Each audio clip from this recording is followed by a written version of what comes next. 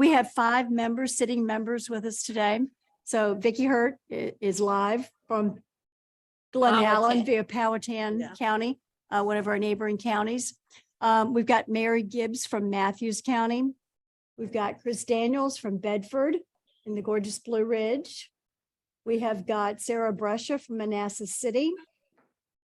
We've got Angela Allen from Goochland, another neighboring county.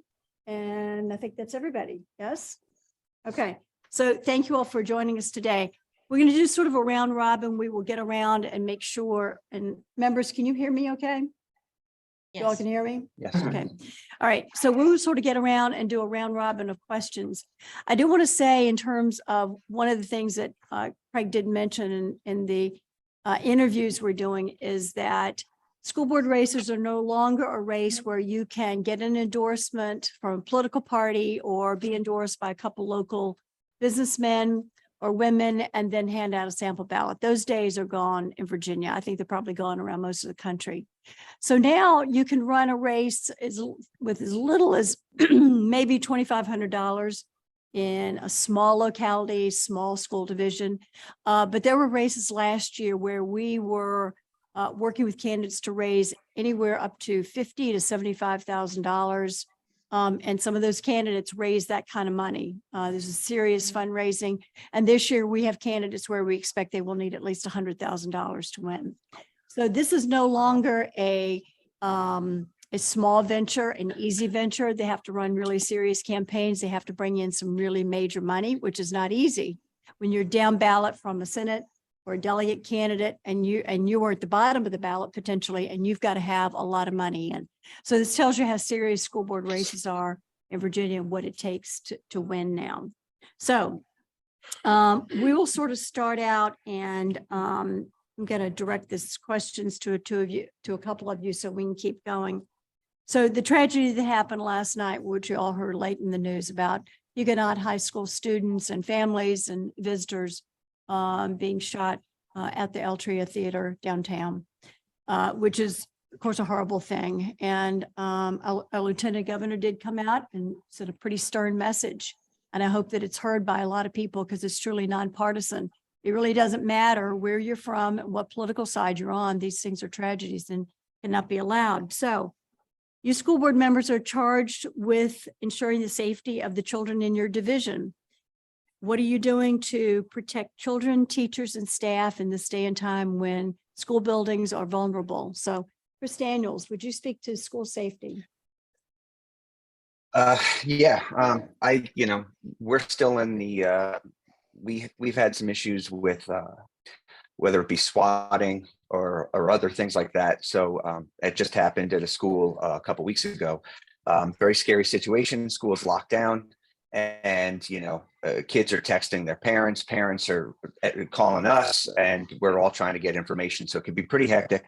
But I think it's really important. We work really well with our sheriff's department to constantly evaluate school safety. It's a constant ongoing battle. Obviously, every school district in the Commonwealth is trying to get SROs with the grant money that we've had, but it's hard to find them. To fill every position, but because everybody's looking for the same people, but not getting too much into it, because obviously we talk about certain things that are in closed session, and we don't want to let too much information out there. But it's really important that you're looking at best practices that you can see from other divisions around the whole country, and you work really close with your sheriff's department, local law enforcement, and take their recommendations seriously. And a lot of these things have just we need to have deterrence available. Every second counts, and you've got to make sure that simply things from doors being locked and making sure that that points of entry are just a little more difficult, and going through all the game plans in the school are some of the simplest things that you can do. But I think that's kind of where we're at. For other board members, I'm sure you're all going through some things in your division, and you talk about things that you don't want to make public information. So it's kind of difficult, but having a good working relationship, I think, with your local law enforcement, making sure that they have a presence in your schools, I think is tremendously important. Okay, thank you. Angela, why don't you jump in? Do you all have school resource officers in every school in Goochland County? Yes, ma'am, we do. Actually, that's a change that was made about mid-year this year. And we have 5 schools in Goochland County, 3 elementary schools that are geographically, scattered across the county from west to east, and then 1 middle and high school complex. Like Chris, the relationship with our sheriff's office is instrumental. It must be a seamless partnership, and we're really thankful to have the strong leadership there that supports the safety of our students and staff. The other thing I'll say is creating a culture where awareness and sharing of concerns without repercussions is really important. And so we have an anonymous tip line, both for parents and students, so that people can share when they have concerns and that we can follow up on those to hopefully mitigate any potential risks. Unfortunately, last month, Goochland did have a threat, and it was a threat against our student population. I'm so thankful that it was not credible, and it's working its way through the law enforcement process now. But no school division is too small. No place will go untouched by violence, and we must all stand guard to look out for the welfare of our students. Thank you. Stephen, can you increase the volume at all?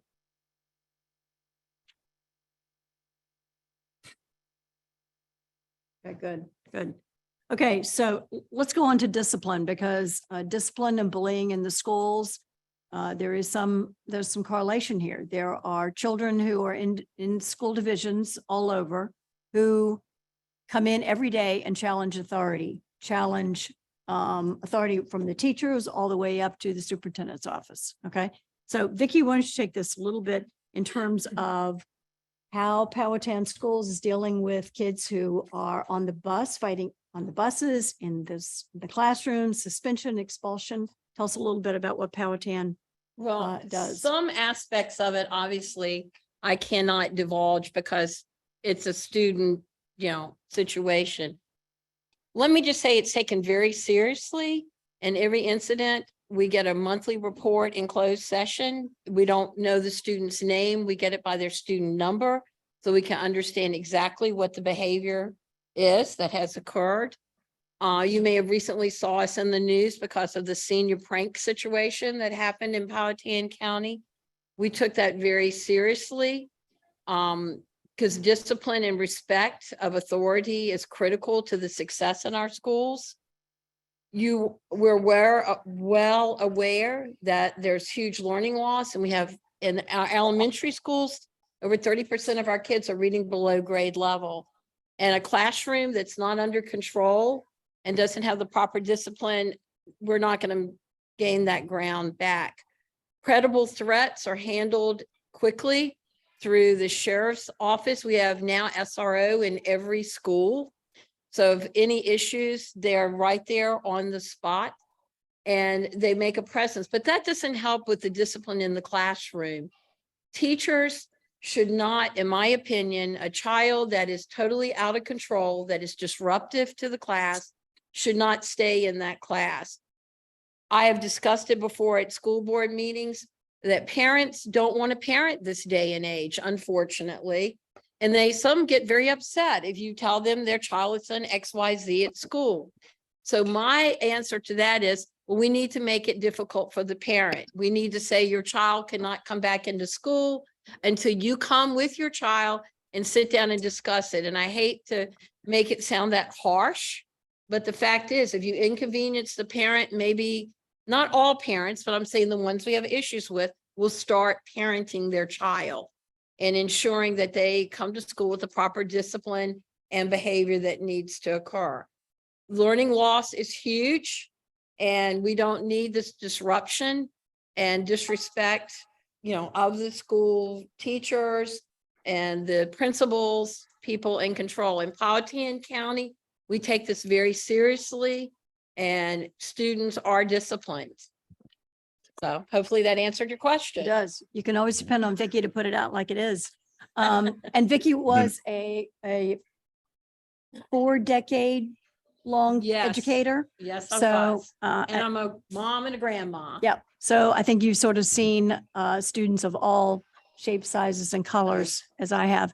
And I will say, because my career was in education as well, that students who are passed along who are not either developmentally or academically ready for the next grade do show their colors by the time they get to upper elementary and middle school. And what happens is those children become frustrated children who then act out in the classroom. So sometimes this is a logical progression for children who are frustrated, and then they do what kids do. They start to be the class jokester, or they become the class bully. And there are reasons why children tend to do what they do. So anyone else want to speak to the issue of discipline in your division? How you're handling it? Mary, Sarah? I had a meeting yesterday actually with some folks in our juvenile justice division, which the folks in the juvenile justice division were so pleased that I'd asked for a meeting. I was apparently the first school board member in a long time to do that, so we can start maybe putting together the pieces of the puzzle. You know, how can we set up our kids for success? Because there's always going to be a certain layer of kids that's not capable of behaving properly. There's always going to be that layer of kids. The tricky layer are the kids who could go either way. They could be average students, they could be good students, or they could, go choose to be disruptive and violent and all these other things. And so how do you stop that movement downwards? And they had some really great ideas. We talked about the state of alternative education in Manassas City. We are a city, we have one high school.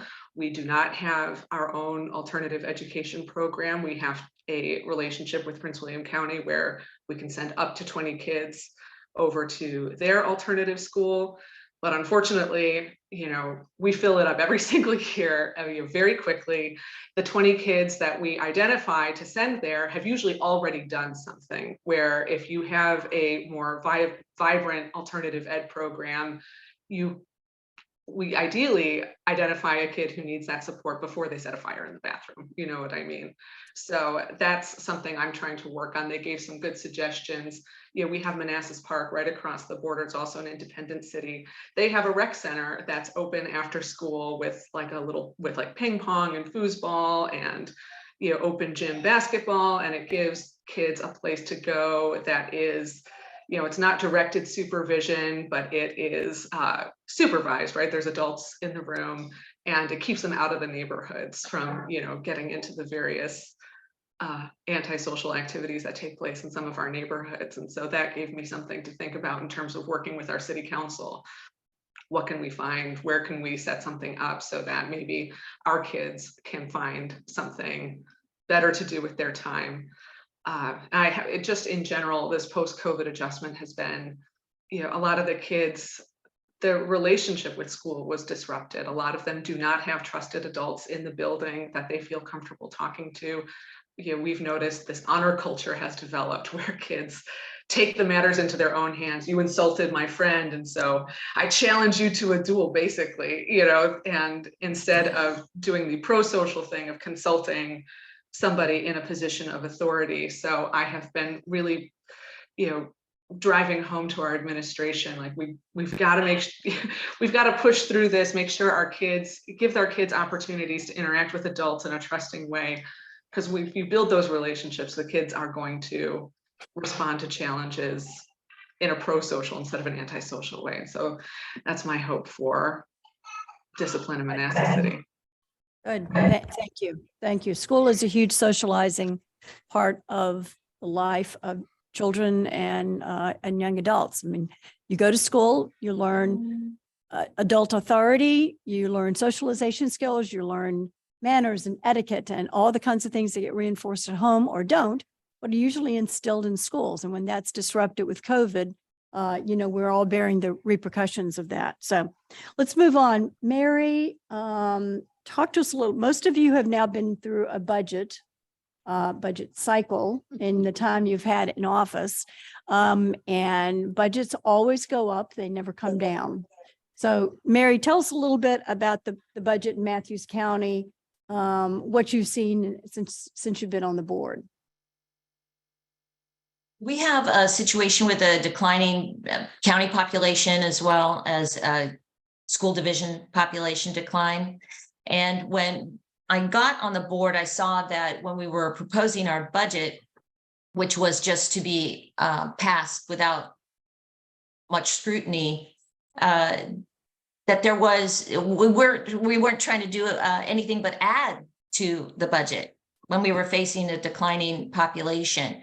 So the first thing that I did was to decide to vote no, and actually to propose that we postpone the vote on the budget so that we could more critically examine the budget and get a more transparent rendition of the budget. Worked on that for months, very difficult. That was met with a lot of consternation. It did not pass. We did end up having to take the vote. We were subsequently, which I knew we would not be fully funded. Of course, we would not be fully funded. We were level funded. We have the distinction of having the 13th highest per student fee in the state out of about 130 school divisions. And yet our results do not show that that is appropriate. So we're faced with about we're at about $19,000 per student cost right now in tiny Matthews County, with a projected population of student base of 850 students. So we're having a tremendous time evaluating the uses of our money. I think maybe others on the panel will say this too. It's very difficult to get administration to talk to us and to line item explain their budget items to us, what they are made out of, so that we can make good decisions about where this money is going. So this is our first go round. We are going to be starting up again in October, and with a brand new superintendent. And one of the questions that came up during the interview process for our new superintendent, one of my questions was, how would you define and enact a transparent line item budget? And every one of the candidates answered splendidly. So I expect very transparent budget coming forth in October. Vicki, thank you. Thank you. Vicki wants to jump in on this. Well, in Powhatan County, that's sort of what started me to run for school board in the special election a year ago. The budget was never transparent. And it disturbed me because I never understood where my tax dollars were going. So I had built a relationship with some members on the school board, and over a year ago, they started budget workshops. And it was with staff explaining every aspect of the budget, brought in every department. They had to go through their budget with the school board, and the public could sit in the workshop. We did the same thing again this year. And in even more detail, because we have a new superintendent and we have a new finance assistant superintendent, way more transparent. Now, I know the public in Powhatan County, because yes, it keeps going up. We're very fortunate. I don't have those numbers in front of me right now, but per student cost, we're way down. We're like, there's 100+ schools that spend more on their kids than we do. So we're pretty efficient. We're small. We're about 4,300 students. But the problem with smaller school systems, you still have to have certain central office people, and you're not dividing that cost out over a large student population. So that does jack your cost up. But we have uncovered through this budget process this year where the former administration had some kind of wacky things that cost the citizens money that we didn't get any benefit for. So forcing your school system to have a very transparent budgeting process is critical in this day and age, where every penny needs to count, particularly in the sense of the learning loss that's occurring. And we need so much money to keep class sizes small, bring in extra tutoring and so forth. We don't want to waste a penny. So in Powhatan County, we worked really hard at understanding that. Now, the state did not help any school this year, as we all know. We still don't know exactly how much money we're getting. We did our budget on the worst case scenario. Who knows? But I did want to point out that that is one big thing why I ran for school board, is that transparency and budget. Everyone should be pushing for that and should be pushing for budget workshops and have the school system explain every line item that they're spending your money on, because you want to watch over that so it's used wisely to truly help our students. Thank you for letting me jump in. Absolutely, absolutely. Thank both of you. Most school divisions are accused of having bloated central office staff, bloated administrative staff. I think that's a common theme now. Would you all say, just with a nod or a high five, are your school divisions bloated at the central office level, and yet at the classroom level, there are still needs as you've come into office? Mary? Ours Bloated- has, our school board office has taken a hit recently, which got it, I think, more appropriately in line. We are slim in the schools with admin. I think we're nearly I think in some cases we're too skinny. Honestly, with the AP situation we have going on there.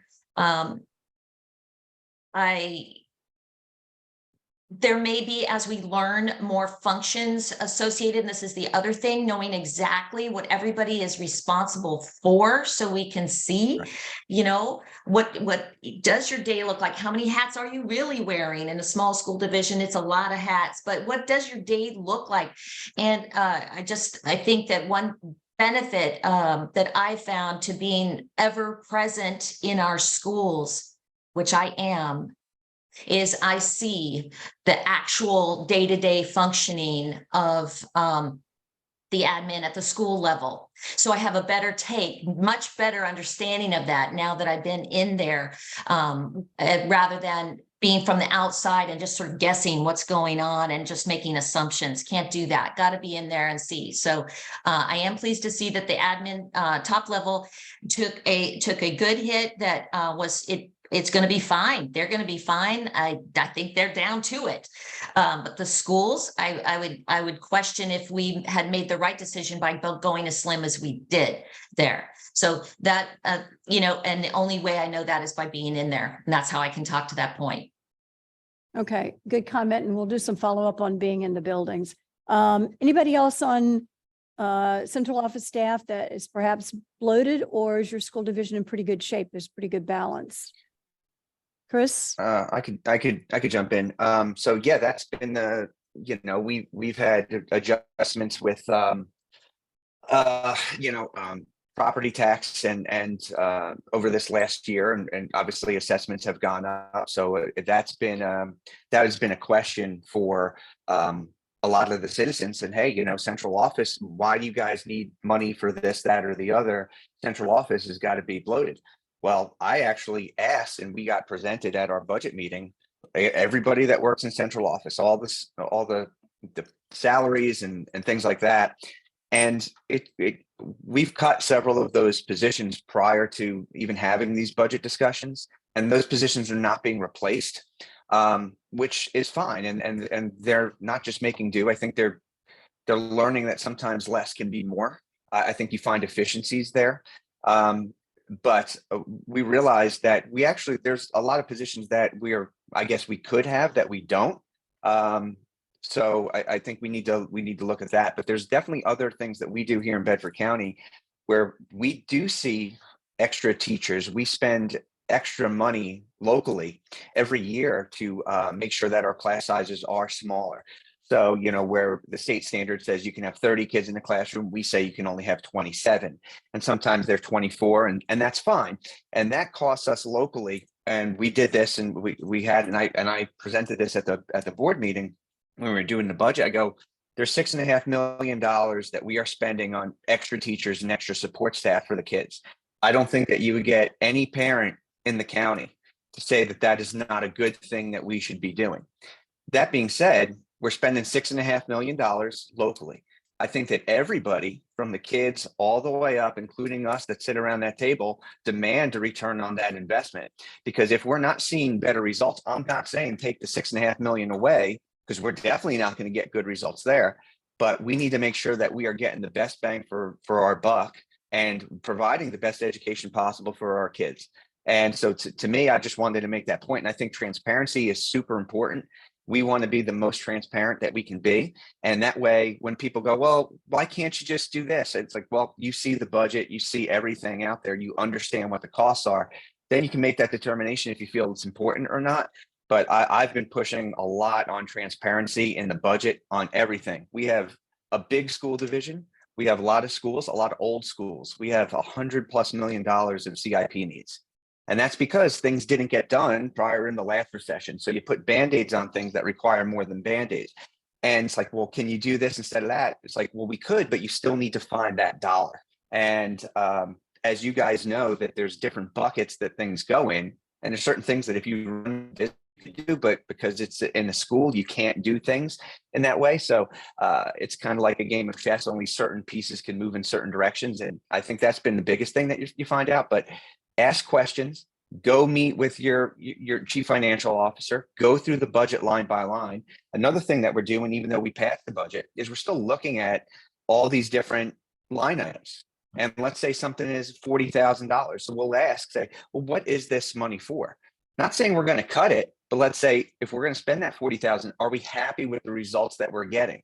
Because if we're not, let's take that $40,000 and put it somewhere else where we are seeing good results. So I think it's that. It's not saying, hey, we're going to take something away. It's a reallocation of where can we get the best results. And that's ultimately what we should be doing this for, is for the kids and the results.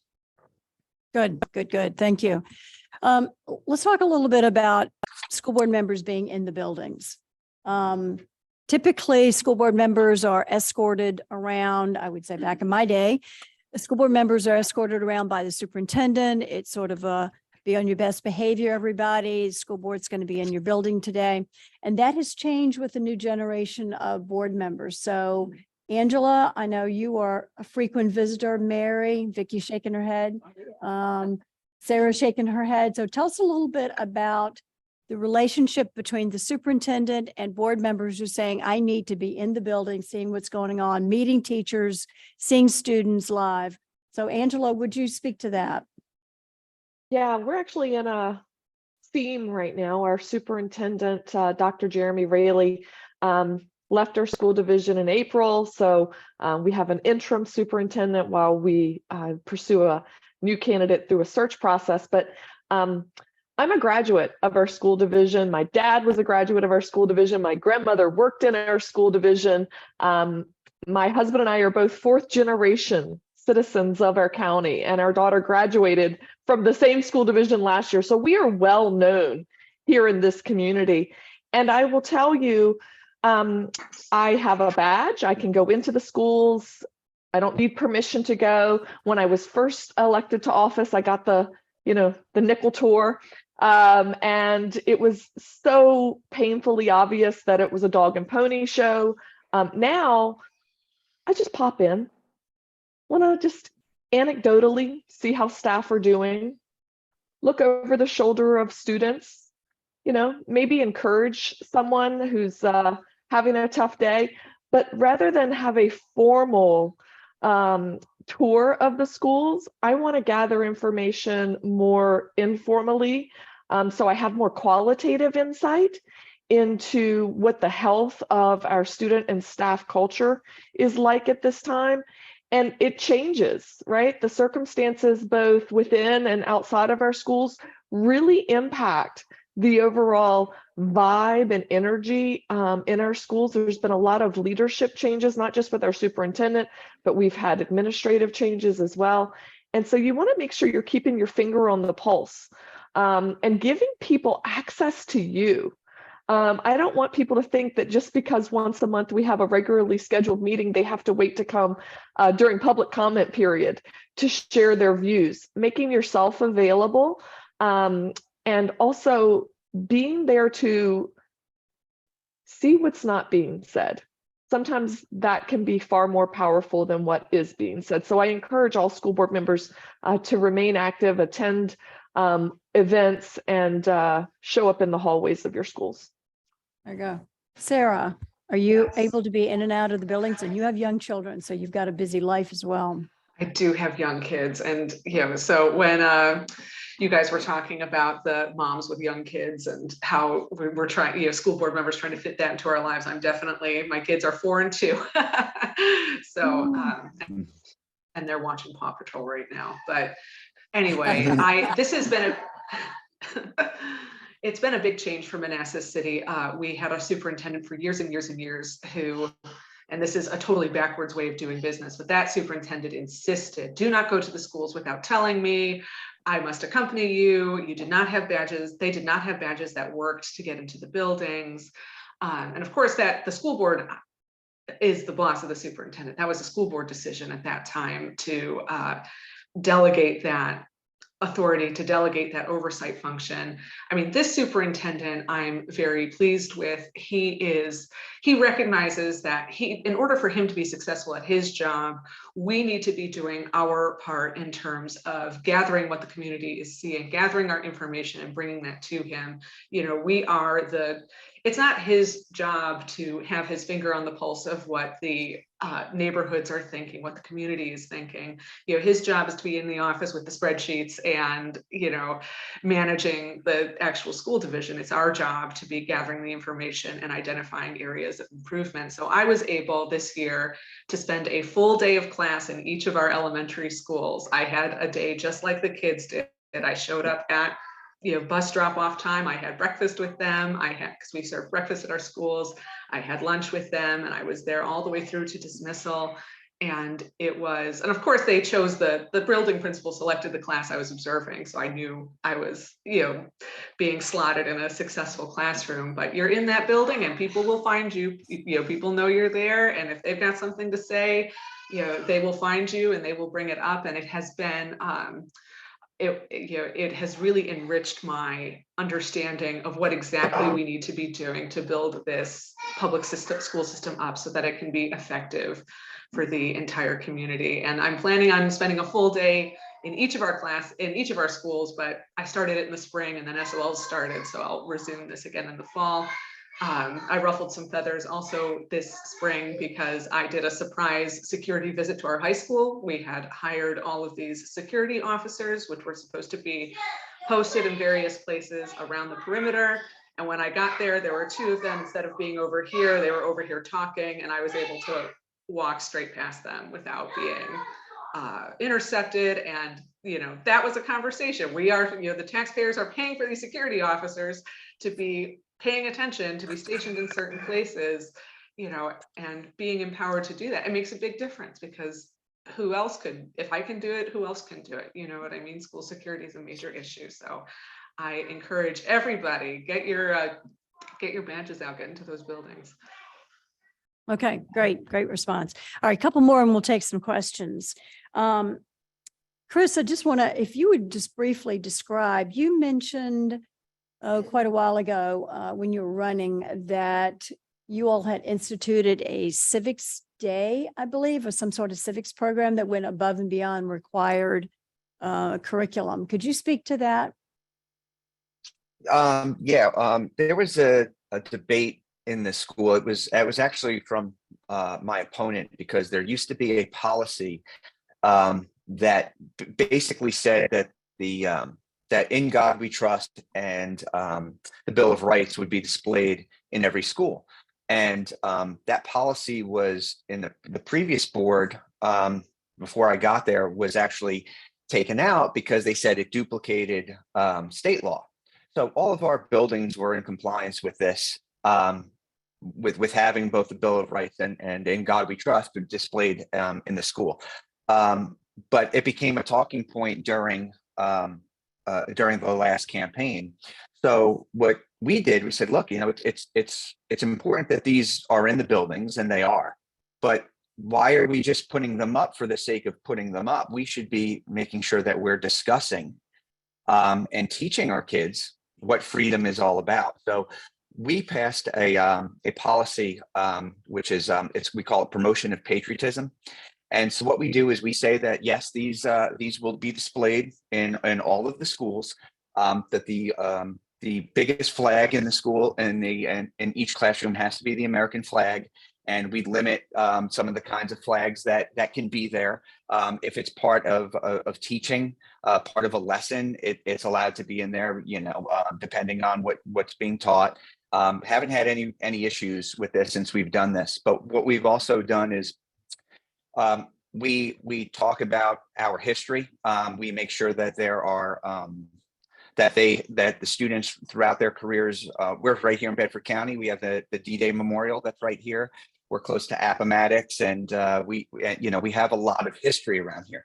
So the students are required to go there, to go to these places. We also are requiring that we have assemblies with veterans and other groups to try to talk about why freedom is important. I think we've been really proud of this policy, and it's already started this year. We've had kids go to the D-Day Memorial, and we just think it's highly important to remember. I always say, I'm part of where I work. We work with an organization called Wreaths Across America, that lays wreaths at every tomb or every gravesite of our fallen soldiers. And their motto is to remember, honor, and teach.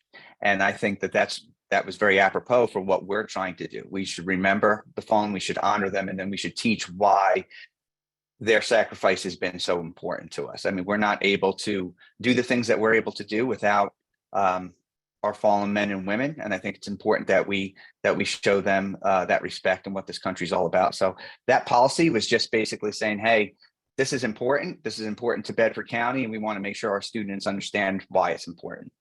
Yeah, I love this. I love that you all initiated it. It's not a state standard. This locality implemented it themselves.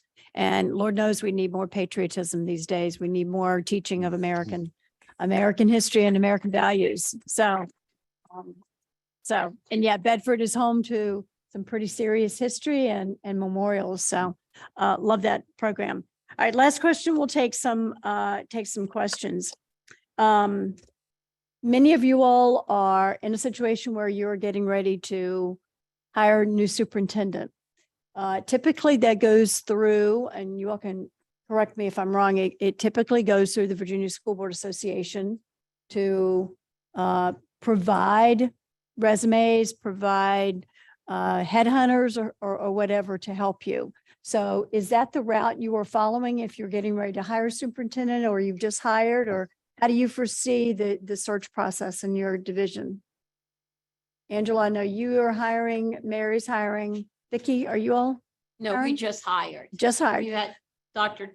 Tigan just completed her first year. All right. So she was coming on before you. Yes, but Okay. I know the process. Okay. Why don't you We- talk about it a little bit, and then we'll go to the two that have. Okay, we'll well, be going through that.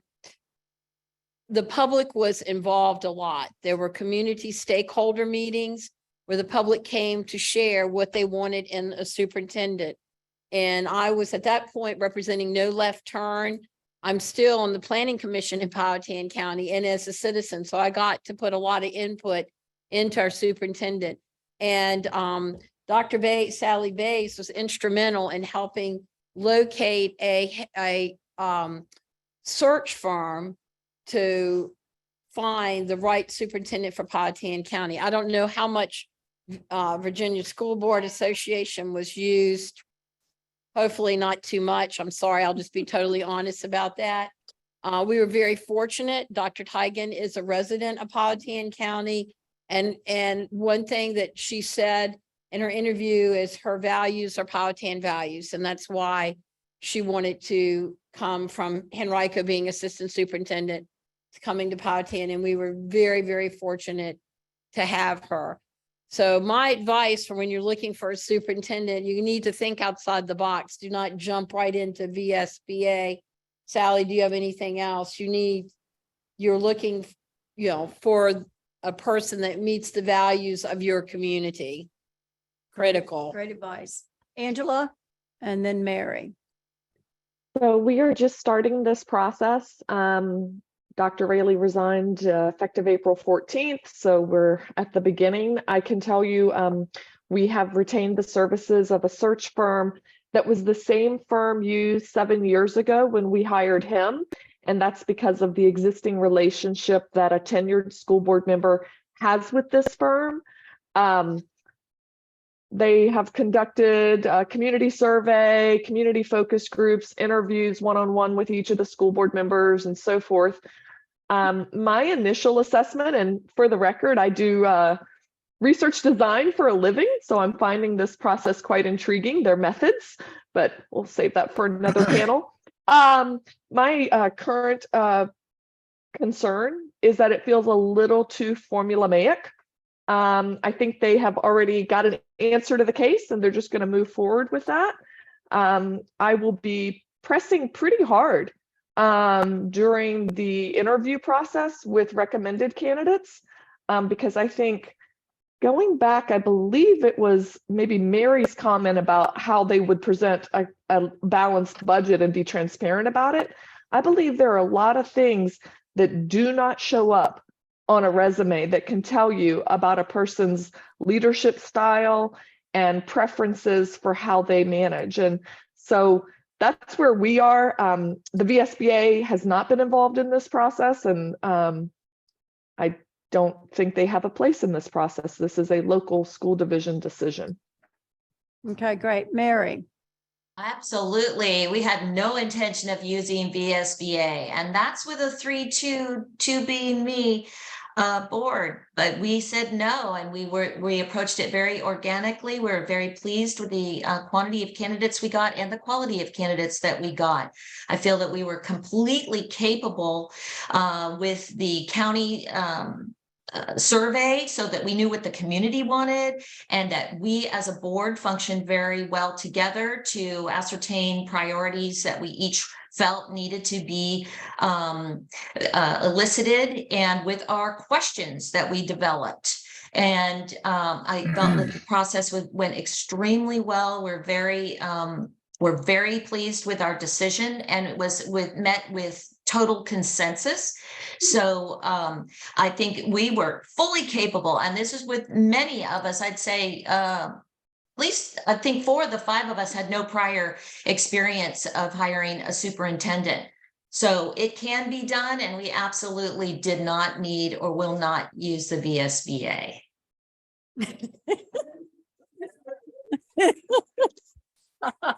It's what Mary doesn't say that says it all. So, and I will tell you, at least during my time in Waco schools, maybe it's changed, but I think this is the case in many localities. The school superintendent was paid more than the county manager. And that was, I think for 30 years, superintendents are very high paid positions. They also carry a huge amount of responsibility. So I don't think any of us have a problem with a well-paid staffer. However, they are the salaries of some superintendents in Virginia, and I think across the country are really quite high. So we'll see if that changes over time with board members and in terms of how they look at compensation and compensation packages. So, okay, we have got about 10 minutes, so let's open it up for some questions. So if you have a question here, and then we'll take a few by Zoom. Stephen, do you have some in the chat? Okay, all right, and then I can just sort of screen a couple. All right, so questions. Yes, sir. I'd like to ask, what is the position on that cell phone?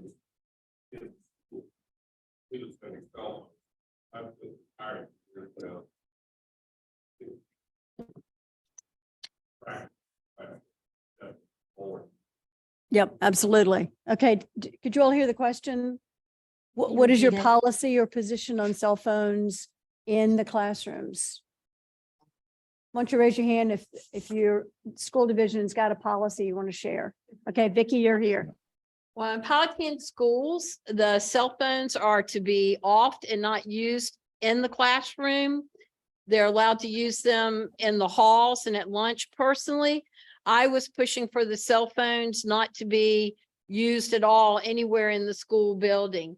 I want it, obviously parents want their child to have a cell phone in their backpack. So in an emergency, they can, contact local authorities or whatever. But my big issue with cell phones outside the classroom, the kids are not building any social relationships with each other. They're walking down the hall doing this. At lunch, they're doing this. And that's a big problem. It spills into discipline and all sort of things. They're not building relationships with anyone. So I am an advocate of cell phones not being used, period, at all in the schools. I've had parents contact me and tell me that their child's teacher let them, they were using the cell phone. Well, that's a violation of our policy. And I said, please report that to your principal or I'll do it for you. Because I do agree, as a teacher of over 40 years, cell phones, there are some apps in certain classes that maybe, taking a survey or something like that, you pull it out, maybe use it for that. I get that, but no place. And in Powhatan, we're really pushing. And we had a lot of pushback, though, that the parents wanted the kids to be able to have them in the halls and at lunch. And I'm adamantly against that because I think that's a big problem in our society is the social interaction. All right, great question. And since Vicki lives in Richmond, after she finishes this gig, we'll have her run for state superintendent. So don't retire. So, okay, the cell phone policy is a huge. So who else can speak to it? Mary, Angela, Sarah? Policy changes during the time you've been on the board so far? I mean, one thing I would like to see change in our division is each of our schools sets a different policy. So the policy at the high school is different from the policy at the middle school. And we have an intermediate level, and the intermediate level has a different approach to it as well. And it's not just what is written on the books, but how each principal chooses to tackle it, right? Like how strict or not strict you are with it.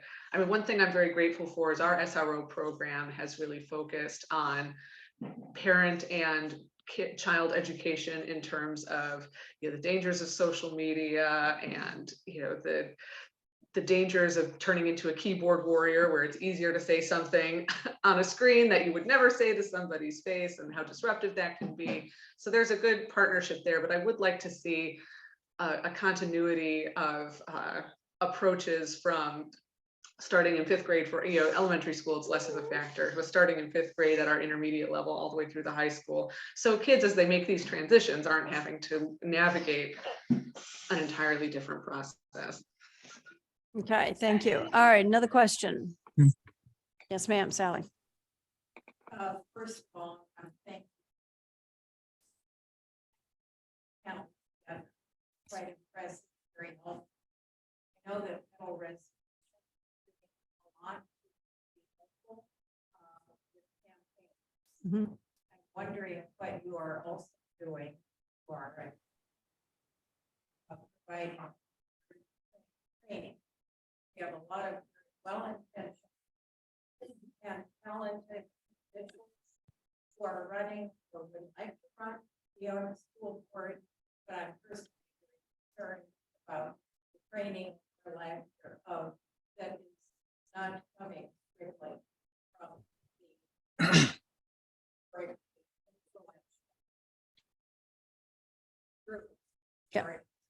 Yeah. So I would say there are probably some members on here who are part of a newly formed school board member alliance. And so it's this wonderful partnership that's occurred as we're sort of finding candidates, getting them through the pipeline, hopefully getting to election day. And then on the other side of that, the school board member alliance is there to pick them up and say, okay, great, now you've won. Now let's get you ready to be a good member.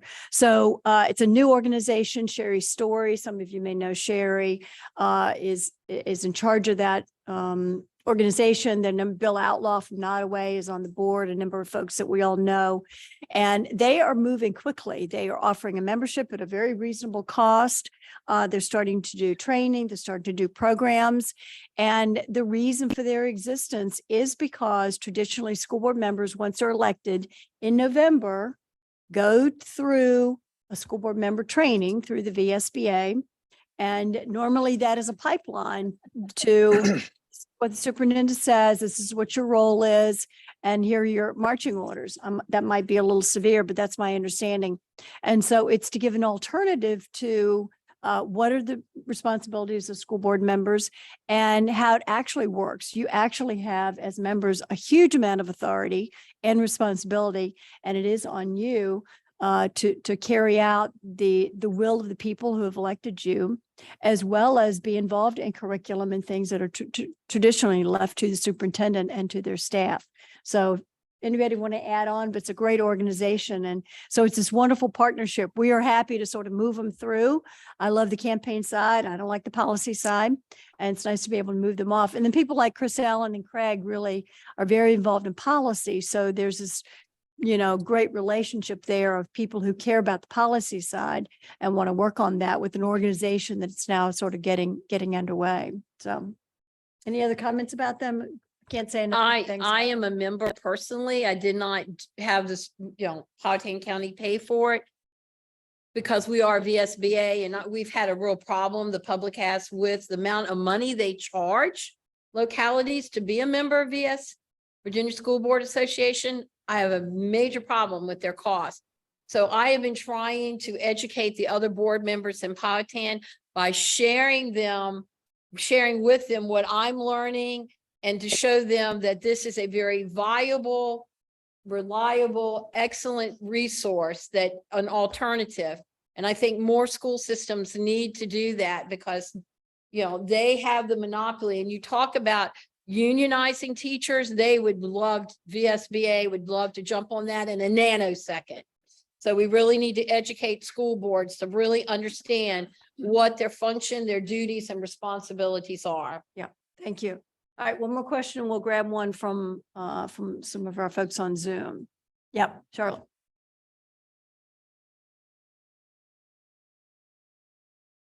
Mm-hmm.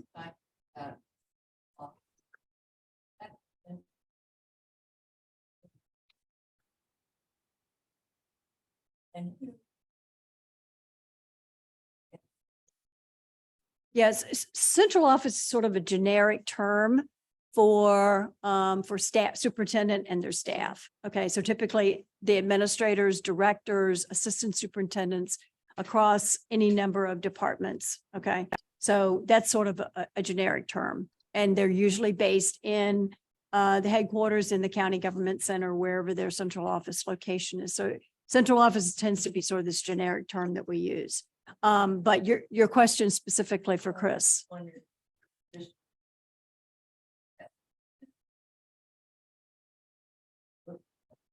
Chris, did you understand that? What positions? I couldn't hear it. No, sorry. Yeah, what positions in your central office were being examined and decisions made about eliminating those or changing them? We were looking at all of them. Obviously, you need, a chief financial officer. The only thing that's mandated is the superintendent. That's the only thing that's mandated by law that you actually need in central office, but you can't run a division that way. So, there's a lot of supervisor positions and others that you just want to look at. And I think, I forget who had mentioned, but you're just asking like, well, how many hats do you wear? What does your day look like? How are things going? And they have organizational charts, and I'm kind of going through the organizational chart now and making notes. And I've been looking through with School Board Member Alliance, with talking to Sherry Story and saying, well, what questions should we be asking? What should we be looking at? Like, oh, you don't have this position. So some things are titled differently.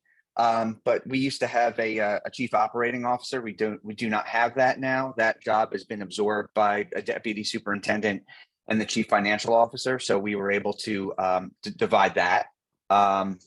And then we had someone who was in HR who is retiring, kind of a supervisory role that we don't need to replace. We need to replace that person for what they do, but we don't need to replace them at that level. So someone else can step up and take part of that as well as someone else. So we're trying to find some efficiencies there. So I don't think you can just take, a baseball bat to everything. So, okay, let's start from scratch, but you can ask these pointed questions and start going. And then again, I think you need to rely on your administrative team to go in there and say, yes, we can think outside the box, and here's what we can do. And if they don't do that, that's why you're there as a school board member to ask those questions. And, well, why can't we do this? Well, you know, the report that I had said that I had requested this, they told me this is the first time that anyone's ever requested this. This is the first time they ever had to put these reports together. And I said, well, it's eye-opening, and it's how are we going to be transparent with everyone if we don't all know what's going on? So I think you've got to look very specifically, and you've just got to ask questions, and those questions will help you kick over rocks and see what's really going on. Okay. Yep.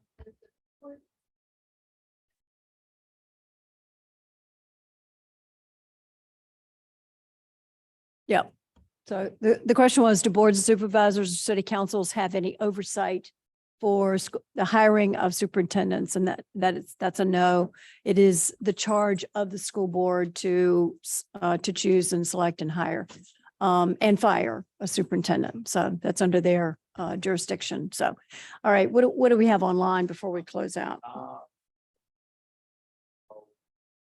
This You one want the mic? sort of this one. Yeah, so this one can sort of be two parts, which is effectively, how do you balance your time as a member of the school board with your job or your daily life? And then the other half of that would be, in some of these board situations, some of a number of the members just sort of vote in line with each other. How do you deal with voting blocks like that?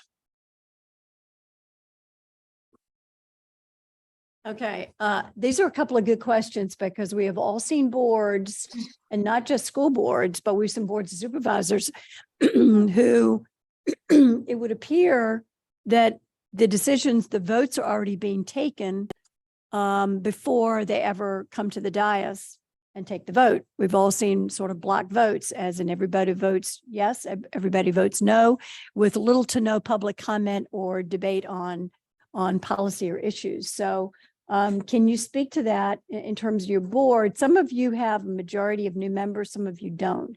Or what did you observe before you became a member in terms of a unified board who came out with a policy decision or whatever decision was and voted in lockstep and made you question how things are really working? Mary? We had a 4-1 board prior to me joining, so I can say that there was a lockstep kind of approach, and that's what it felt like as an observer. When I got onto the board, we became a 3-2, and I think what I felt over these few months that I've been on the board, running again in November, is that I work with individuals on the board to with some just talking about stuff to see if I can get some persuasion going, see if we can, kind of talk about some of these things. And I think through constant communication and I think some pretty good open meeting discussions on things, I've seen movement, and I feel very encouraged by that. That being said, we have 3 seats up in November and I want them all, but I think just approaching it as in a long run, but if I ever sensed that there was a block, again, I don't sense it now, but if I did, I would wedge myself in there. I would insert myself into the situation. Okay, good response. Anybody else? This is the ultimate in transparency. Yeah, this is the one that was written for me. Thanks, Elena. So guys, I'm your Hester Prynne. I joined a board that was a 5-0. I'm the one. And I'm the one because someone has to stand up. Someone has to be transparent. Someone has to ask the tough questions. It has been personally painful. It's a matter of public record. My board censured me last month. I wear it as a badge of honor. You know why they censured me? Because I told the truth about what they did prior to me joining the board. And let me tell you, if anyone has any misgivings about thinking they're going to run for a divided school board and we're all going to hold hands and sing Kumbaya, get over it. It is very contentious on a divided board. I have been isolated by my board at this point. I would love open dialogue. I actually crave the opportunity to debate, discuss, unpack, explore complex issues. But I unfortunately have not been part of that culture. I am looking forward to see us flip this board in November and moving forward to represent the people whom we serve. All right. Angela's a tough woman, in case you didn't notice, and she's really doing God's work in Goochland County, I believe. Yes, she is. Sarah, you are a new member on a board coming in as sort of Yes. the new face. Can you sort of speak to how boards operated prior to your coming on? Yes, our school board meetings prior to my coming on, they were very short and they were very quiet. They didn't vote very often, actually. It's been in Manassas City, in my opinion, traditionally backwards. You know, the superintendent leads the school division, obviously, and he has an important voice, but the board, we are at the top of the org chart. And so it has been a priority of mine to assert my own voice and to encourage my fellow board members to do the same. And we were talking earlier, Craig was talking earlier in the presentation, like this isn't even really a partisan issue. Like there's 7 members of the board of Manassas City. Manassas City politically is a 50-50 town, 50% Republican, 50% Democrat. All of us, I want to hear what everybody has to say.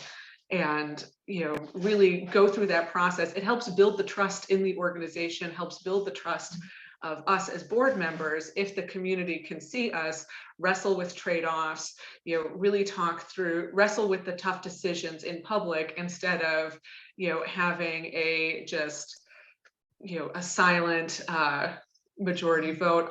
It has been a less contentious new arrival for myself because we have 2 2 independent members on our board, no party designation at all, and their votes are really up for grab every single time.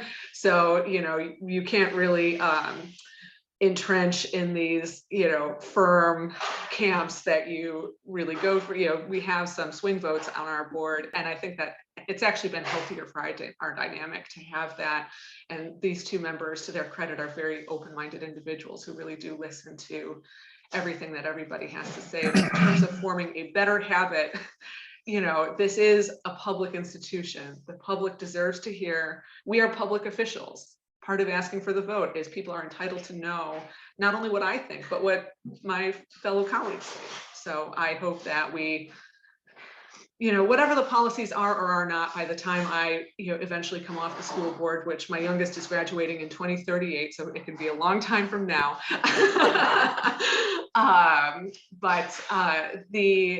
Whatever the policies are, those can always change. But in terms of the habits, how the board operates, what the expectation is for board members, that can have a very enduring, healthy legacy. And I'm really hoping that we can open it up and everybody feel that the community is really empowered to know what we're thinking and empowered to weigh in on the decisions that we're making. Great, thank you. All right, we'll give Vicki the last word as far as a board, but I will say, if you have insomnia, and Craig's going to come and close us out. If you have insomnia, you can look at Virginia Beach school board meetings over the last few years.